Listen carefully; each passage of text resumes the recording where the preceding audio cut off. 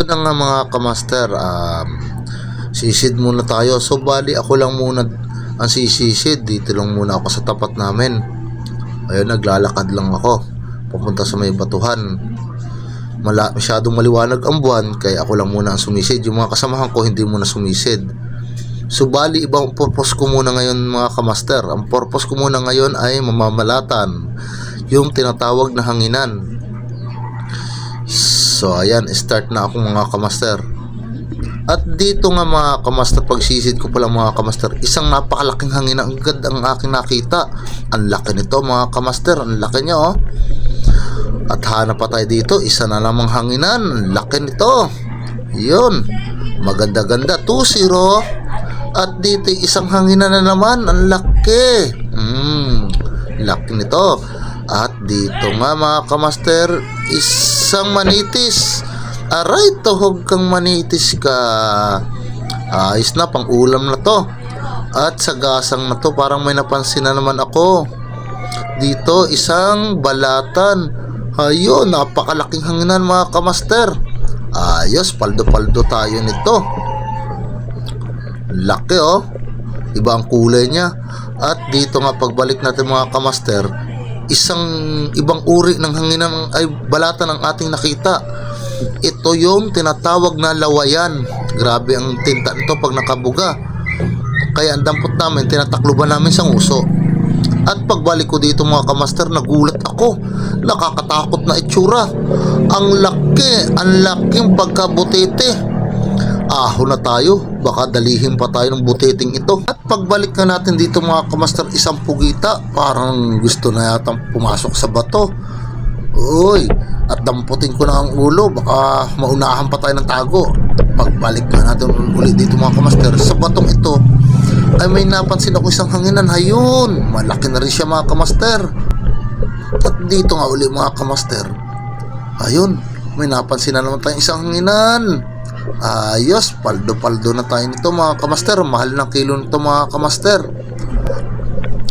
Ayun, at para meron na naman tayo napansin, isang hanginan na naman. Ayun, nakapatong sa bato. Dali ka sa aking hanginan ka. Ayos na talaga to. Dito naman sa may isay-isay na konti, meron na namang isang malaking hanginan ako napuna. Ayun, ayos. Maganda na talaga to. Sa batong ito nga mga kamaster, ako may napansin parang isang malaking isda. Ano kayang isda ito? Ay, ito ang tinatawag na butbutan mga kamaster. Nako, request pa naman to ng mga tropa kung kung kumulutan wagas. Tuhog ka ngayong butbutan ka.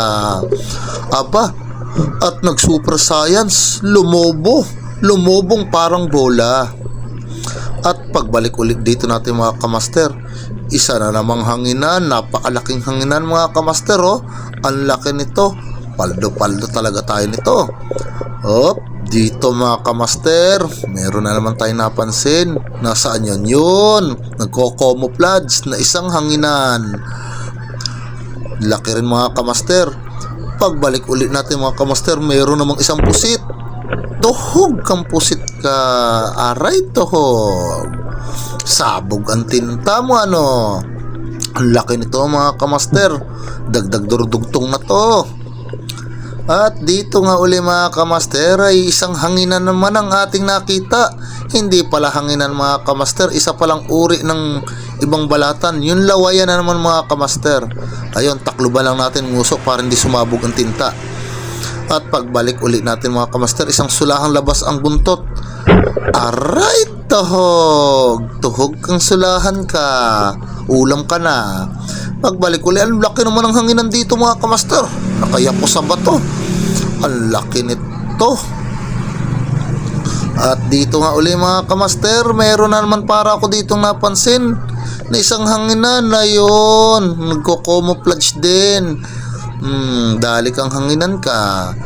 Dito nga ay yun, hanginang dilaw na hanginan.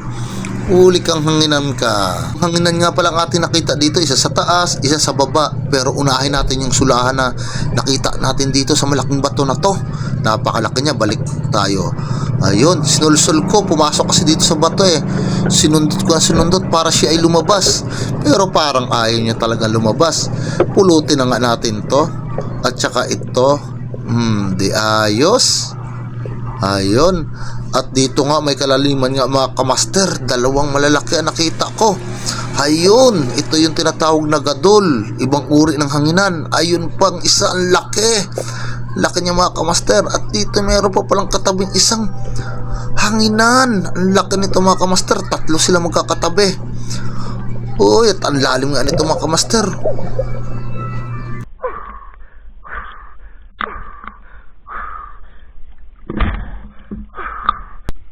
Pauwi na nga pala tayo mga kamaster. So bali naglakad lang ulit tayo. Ito yung huli ko mga kamaster. Ayun halos mapuno yung lagayan ko sa huli. Napakalaki ng lagayan na yan mga kamaster. Ayan ang huli kong isda. Makakaulam na rin kahit papaano. At ito yung ibang klase pa ng balatan, yung tinatawag na lawayan. Ito lahat mga kamaster ang huli ko. Ayan isang batsyang hanginan.